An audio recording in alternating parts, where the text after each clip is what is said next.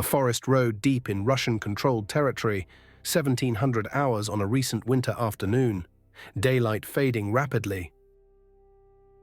A Russian fuel convoy stretched across 8 kilometers of narrow forest highway, 94 tanker trucks, each carrying 50,000 liters of diesel fuel, 4.7 million liters total, critical supply for armored formations operating across the southern sectors. Heavy escort, 12 armored personnel carriers, 6 infantry fighting vehicles, 4 mobile air defense systems, 219 soldiers protecting the most valuable logistics convoy of the month.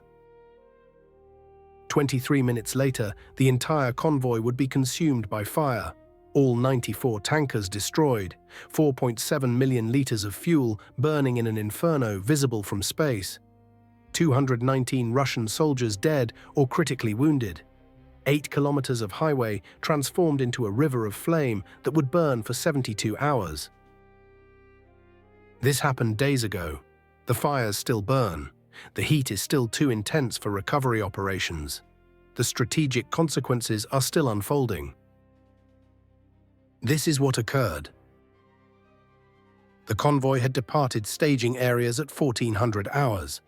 Standard security protocols were observed. Scout vehicles preceding the main column, infantry escorts distributed throughout the formation, air defense systems positioned at intervals, drone suppression equipment active. Russian Logistics Command had classified this movement as critical priority, essential to maintaining armored operations scheduled for the following week. The route traversed dense forest along a single-lane highway elevated on earthen embankments. The road was narrow, winding, and channelized by thick forest on both sides. Alternative routes existed, but added hours to transit time. Russian planners had used this route successfully 11 times over the previous 6 weeks. They believed familiarity established security. Ukrainian intelligence had been tracking Russian fuel logistics for months. Satellite imagery identified staging areas. Signals intercepts revealed movement schedules. Pattern analysis predicted routes and timing. And for this convoy, Ukrainian Special Operations Forces had prepared an ambush unlike any previous engagement. At 1700 hours, the convoy was strung across 8 kilometers of forest highway. Lead elements were 6 kilometers ahead of trail elements. The formation was maximally extended, vehicles spaced at regulation safety intervals to prevent chain reaction fires in case of attack. This spacing, designed for survivability, would prove catastrophic. Ukrainian forces had positioned teams at the convoy's projected front and rear. Not large forces, small special operations teams with specific objectives, block the convoy's movement, prevent escape, and initiate fires that would consume everything between. At 1734 hours, the ambush was initiated simultaneously at both ends of the convoy. The lead fuel tanker, a Kamaz 65225, carrying 50,000 liters of diesel, was struck by an RPG-7 anti-tank rocket at point-blank range. The rocket penetrated the tank shell and detonated inside the fuel compartment. Diesel fuel, while less volatile than gasoline, ignites under sufficient heat and pressure. The explosion ruptured the tank, spraying burning fuel across the road and into surrounding forest. The tanker became a fireball within seconds. Simultaneously, 8 kilometers behind, the trailing tanker was struck by identical attack. RPG-7 rocket, penetration, detonation, rupture, fire. The rear of the convoy was sealed. Between these two burning tankers were 92 more fuel trucks, now trapped on a narrow forest road with no escape routes. The lead tanker fire spread rapidly. Burning diesel flowed downhill along the road gradient, creating a river of flame that advanced toward the next vehicle in column. The second tanker, positioned 60 meters behind the first per safety regulations, was engulfed by burning fuel at 1736 hours. The heat ignited its fuel load. The tank ruptured. The fire expanded. This pattern repeated with mechanical inevitability. Each burning tanker created heat sufficient to ignite the next vehicle in sequence. Safety spacing meant to prevent chain reactions, instead created a predictable cascade of destruction. The tanker drivers faced impossible decisions: remain in vehicles and burn, evacuate and face Ukrainian fire teams in the forest, attempt to drive forward or backward through flames. None of these options offered survival. A driver in the 6th tanker attempted to reverse away from advancing flames at 17:38 hours. The narrow road offered insufficient space to turn around. He backed directly into the tanker behind him. Both vehicles collided, jackknifed, and blocked the road. Burning fuel from forward positions flowed around the collision, engulfing both tankers. Both drivers died in their vehicles. Another driver attempted to drive off the elevated roadway into the forest to escape the flames at 17:40 hours. The tanker left the road, descended the embankment, and overturned. 50,000 liters of diesel fuel spilled into forest undergrowth. Flames from the road ignited the spill. The resulting fire spread through dry winter forest, creating a secondary conflagration that would eventually consume 340 hectares. Russian escort forces attempted to respond. Infantry dismounted from armored personnel carriers to engage Ukrainian forces. They found nothing. The ambush teams had withdrawn immediately after initiating the attack. Russian soldiers were fighting fire, not enemies. Mobile air defense systems attempted to detect Ukrainian drones that might be directing the attack. They detected nothing. The ambush required no drones, no artillery, no sustained engagement. 2 rocket-propelled grenades had initiated a cascade that required no further input. Russian convoy commander transmitted desperate requests for assistance at 17:43 hours. Firefighting equipment, medical evacuation, alternative routes. Higher headquarters could provide none of it. The nearest firefighting capability was 40 kilometers away. Medical evacuation helicopters couldn't land near the inferno. Alternative routes didn't exist through the dense forest. By 17:45 hours, 23 tankers were burning. The fires were generating temperatures exceeding 1,200 degrees Celsius. At this temperature, asphalt pavement liquefies, steel structures deform, aluminum alloys melt. The road surface itself was burning. Tanker explosions occurred at irregular intervals as pressurized fuel tanks ruptured from heat exposure. A tanker would burn for several minutes, heat would compromise tank structural integrity, and the tank would fail catastrophically. The explosion would spray burning fuel in all directions, accelerating fires to adjacent vehicles. At 17:49 hours, a tanker near the convoy center exploded with particular violence. The blast created an overpressure wave that knocked nearby soldiers off their feet. Burning fuel was thrown over 100 meters in all directions. 3 escort vehicles were engulfed. 17 soldiers suffered severe burns.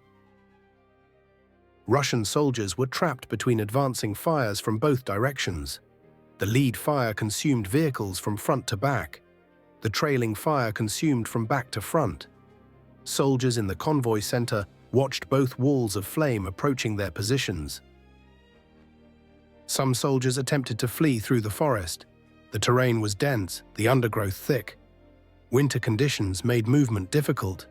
Ukrainian forces had not positioned troops to engage fleeing soldiers. The fires did that work. Soldiers running through forest were overtaken by spreading flames. Many died from smoke inhalation before burning. Other soldiers remained with their vehicles, attempting to fulfill duties even as the situation became hopeless. Drivers stayed at wheels, trying to maneuver around burning vehicles. Gunners remained in turrets, searching for targets that didn't exist. Officers attempted to coordinate responses to an uncontrollable disaster. By 1800 hours, 57 tankers were burning. The fire front stretched across 6 kilometers of highway. Thermal imaging from Ukrainian reconnaissance drones showed a continuous line of extreme heat signatures. The smoke column was visible from 60 kilometers away. Russian command dispatched a relief force at 18:05 hours. 2 mechanized companies with firefighting equipment and medical support. The force arrived at the ambush site periphery at 18:32 hours. They could not approach closer than 2 kilometers due to intense heat and smoke. Temperatures near the fire exceeded human survivability limits even inside armored vehicles. Helicopter evacuation was attempted at 1840 hours. A Mi-8 medical helicopter approached the site to evacuate wounded. The thermal updraft from the fires created severe turbulence. The pilot reported losing control authority and aborted the landing. Helicopter evacuation was deemed impossible. By 1900 hours, 81 tankers were confirmed burning. The remaining 13 had not yet ignited, but were surrounded by fire and would inevitably be consumed. The convoy was a total loss. Casualty reports were fragmentary and incomplete. Radio communications were sporadic. Command structure had collapsed. Accurate counting was impossible in the chaos and flames. Initial reports suggested 219 soldiers had been assigned to the convoy: tanker drivers, escort vehicle crews, security personnel, logistics coordinators. As the fires spread and escape became impossible, that number became a casualty figure. Bodies recovered in subsequent days confirmed the horror. Some soldiers had been burned beyond recognition, others had died from smoke inhalation before flames reached them. Several had been killed attempting to drive through fire. Many were never found, their remains consumed completely by temperatures exceeding crematorium levels. 67 soldiers survived with critical injuries, 90% of their body surface area covered in third-degree burns. These injuries are unsurvivable without immediate advanced medical treatment. Russian medical facilities were overwhelmed. Most of these soldiers died within 48 hours. By 2000 hours, the fires had achieved maximum intensity. All 94 tankers were burning, 4.7 million liters of diesel fuel feeding an inferno that created its own weather patterns. The heat generated convection currents that pulled air into the fire at ground level and expelled smoke and ash thousands of meters into the atmosphere. Satellite thermal imaging from NASA and European Space Agency platforms detected the fire as a significant thermal anomaly. The heat signature was comparable to industrial facilities or volcanic activity. The fire was visible from space not through optical imaging, but through thermal sensors detecting extreme heat emissions. The road surface was destroyed. Asphalt pavement melted and flowed like lava.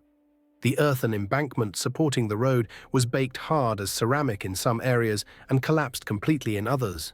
Steel guardrails melted into irregular shapes. Concrete culverts spalled and fractured from thermal stress. The forest fire spread through dry winter vegetation. 340 hectares burned before changing wind conditions and snow precipitation contained the spread. The primary highway fire continued burning for 72 hours, sustained by residual fuel soaked into earth and pavement. Russian authorities attempted information suppression. Initial reports characterized the incident as a minor logistics delay with acceptable losses. By the second day, satellite imagery from commercial providers showed the 8-kilometer burn scar clearly visible. Ukrainian forces released drone footage showing the scale of destruction. The truth became undeniable. The economic cost was staggering. 4.7 million liters of diesel fuel at current market rates represented approximately $9,400,000 in direct fuel cost. 94 specialized tanker trucks averaged $1 million each in replacement cost. Total vehicle losses, $94 million. But the strategic cost exceeded economics. Russian armored formations in the southern sectors required this fuel for planned offensive operations. Without it, operations were delayed, then postponed, then cancelled. The fuel couldn't be replaced quickly. Production, transportation, and distribution of 4.7 million liters requires weeks. Russian logistics networks were already strained. Fuel consumption by armored forces exceeded supply capacity. This convoy represented accumulated fuel stocks gathered over 10 days from multiple sources. Its destruction created immediate shortages across the operational theater. Tank battalions received reduced fuel allocations. Mechanized infantry units curtailed training exercises. Artillery mobility was restricted. Helicopter operations were limited. The cascading effects of fuel shortage degraded combat capability across the entire sector. The psychological impact on Russian logistics personnel was severe. Fuel convoy drivers now understood that routine missions could become death traps. Security escorts recognized they couldn't protect against this type of attack. Officers knew that logistics failures could destroy entire units. Ukrainian Special Operations Doctrine demonstrated sophisticated understanding of leverage points. Rather than attacking combat units directly, they targeted logistics that enabled combat operations. Destroying this one convoy degraded Russian combat power more effectively than destroying dozens of tanks in direct combat. The ambush required minimal resources: 2 small teams, 2 rocket-propelled grenades, precise timing. The return on investment was extraordinary. Less than $10,000 in equipment and planning destroyed $103 million in fuel and vehicles. The tactical execution was elegant in its simplicity. No complex coordination, no extended engagement. Strike simultaneously at both ends of a trapped formation and allow physics to complete the destruction. The fires became a weapon more effective than any artillery barrage. Russian command faced hard questions. How did Ukrainian forces know the convoy route and timing? Why were alternative routes not utilized? Why was the convoy not dispersed into smaller formations? The answers revealed systemic failures in operational security and logistics planning. The route had been used repeatedly. Ukrainian intelligence had weeks to observe patterns and prepare ambush sites. Russian planners had prioritized speed over security, creating predictable logistics flows that enemies could exploit. The convoy's size reflected desperation. Russian fuel shortages were so severe that logistics command concentrated multiple days of deliveries into single massive movements. This concentration created vulnerability. Forest terrain that channelized the convoy was chosen specifically because it offered concealment from aerial observation. Russian planners feared Ukrainian drones more than ground ambush. They made the wrong threat assessment. For Russian military logistics, this disaster forced immediate operational changes. Fuel convoys were reduced to maximum 30 vehicles. Routes were varied constantly. Timing was randomized. Security escorts were tripled. Transit times increased substantially due to these precautions. These changes degraded logistics efficiency exactly as Ukrainian planners intended. Russian forces now faced a choice: accept vulnerability through efficiency or accept reduced capability through security measures. Both options imposed costs. The burn site remained impassable for weeks. The melted road surface required complete reconstruction. Burned vehicles had to be removed, a process complicated by residual fuel contamination and unstable embankments. Forest fire damage extended beyond the immediate road corridor. Environmental damage was extensive. 4.7 million liters of petroleum products burned or soaked into groundwater. Soil contamination extended across the 8-kilometer corridor. Winter snowmelt would carry contaminants into water systems. The environmental impact would persist for years. The incident occurred days ago. Recovery operations continue. Casualty identification proceeds slowly. Strategic reassessments are ongoing. The blackened corridor remains as evidence of the ambush's effectiveness.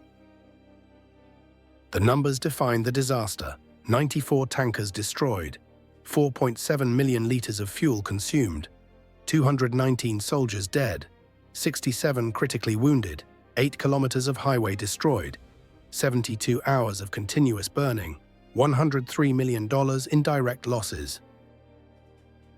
This is modern logistics warfare, not attacking armies in the field, but targeting supply lines that enable operations.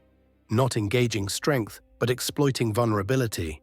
Not fighting battles, but creating conditions where enemies destroy themselves. The forest road is a graveyard. The tanker hulks rust in melted asphalt. The unrecovered dead remain in ashes. And across Russian logistics networks, planners redesign routes, reduce convoy sizes, increase escorts, and calculate whether any fuel delivery is worth the risk. This is December 2025. This is asymmetric warfare, where $10,000 in preparation destroys 100 million in assets. This is the new reality, where logistics convoys are targets as valuable as combat formations, where supply lines are battlefields, where fuel trucks burn as brightly as tanks. The flames have subsided, the road is destroyed, the lesson burns on. Welcome to the war against Russian logistics.